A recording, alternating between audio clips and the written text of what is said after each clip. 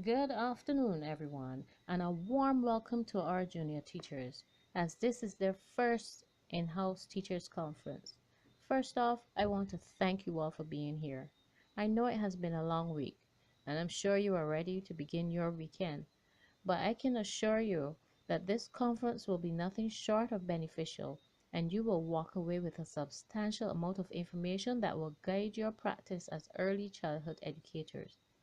Today, we want to discuss the idea of developmentally appropriate practices as part of our continuous training. According to the National Association for the Education of Young Children, developmentally appropriate practices, or DAP, is a teaching methodology based on research principles of how children ideally learn and develop. Ms. Scipio, one of our senior teachers, has highlighted some inappropriate practices that we are, as a team, must be careful to avoid. Over to you, Ms. Scipio. Good afternoon, all. I hope you had a great day. Let us look at some inappropriate practices that we have observed in the classroom.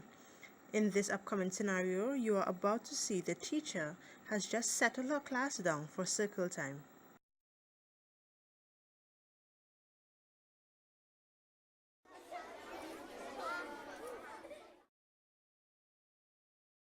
Miss, what are we going to do today? Well, Sarah, today we have our daily worksheets to complete. Then we are doing letters and numbers, and afterwards, we will continue learning about plants. I brought some pictures to show you all, but I will tell you about them after circle time. Will we play any games today, Miss Sean? No, Charlie, we will play outside when it is recess.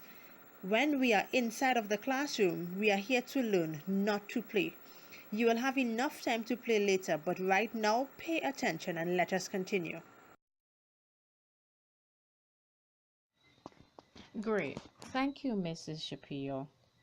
Now, junior teachers, what can you tell me about the scenario you have just witnessed?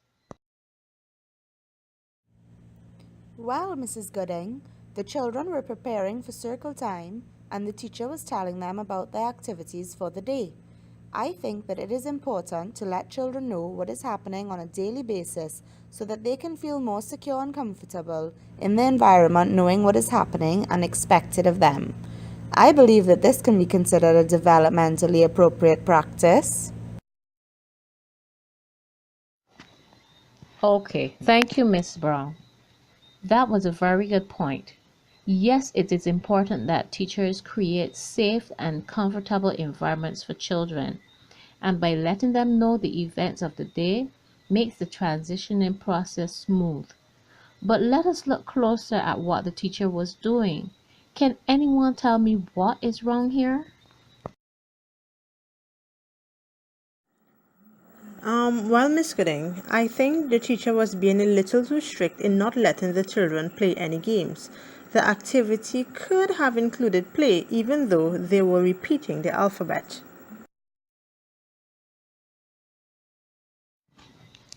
All right, good. We are not quite there yet, but it seems as though we're getting closer and closer. Thank you for your input, Miss Smith. I'm going to let Miss DeGaines take the lead here and carry you deeper into this learning and development experience. Over to you, Miss DeGaines. Thank you, Mrs. Gooding. Okay, ladies, we're off to a good start so far. But let me first ask you this. When we look at this scenario, are we looking at a teacher-centered classroom or are we looking at a child-centered classroom?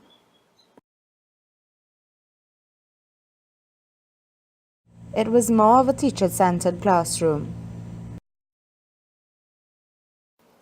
Correct.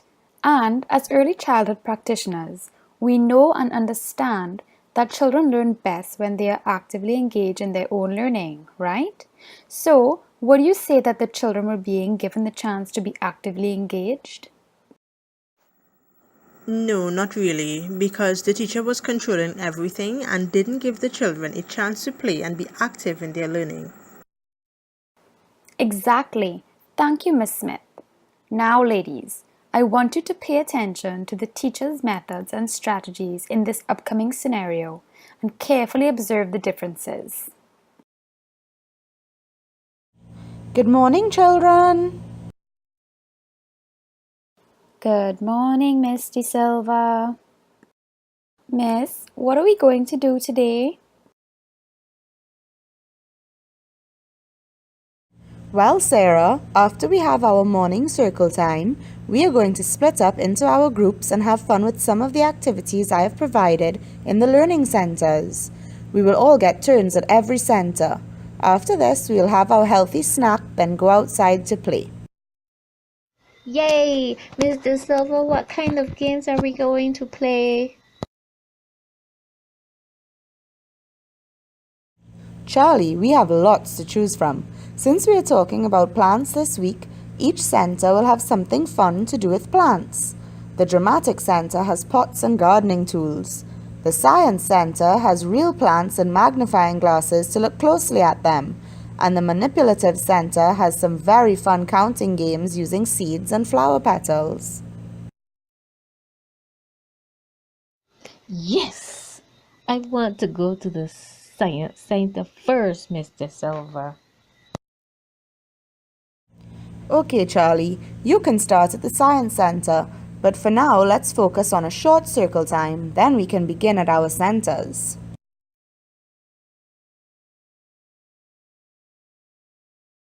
Great. You would have noticed that there were some differences with the two scenarios. In the first scenario, the teacher was very focused on seat work, chalk, talk, paper, and pencil, which we classify as teacher-centered learning. In the second scenario, you would have seen the teacher offered suggestions for the children to play and be involved in self-initiated learning through the use of learning centers. In our school, we understand and embrace early childhood best practices that promote play, which advocate that children need blocks of time to truly become involved in their play.